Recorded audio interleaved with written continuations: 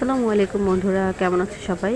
আসলে শীত তো চলেই আসলো, আর শীত মানেই হচ্ছে পিঠাপুলি। বাংলাদেশকে কিন্তু পিঠাপুলির দেশই বলা হয়। তো যাই হোক, আমি আজকে সকালে হচ্ছে পিঠা বানাচ্ছি, আর নারকেলের পুর দিয়ে হচ্ছে এই পিঠাটা বানাবো। এটার নাম হচ্ছে পুলি পিঠা। সো এই পুলি পিঠাটা কিন্তু আমাদের গ্রাম বাংলার একটা ঐতিহ্য।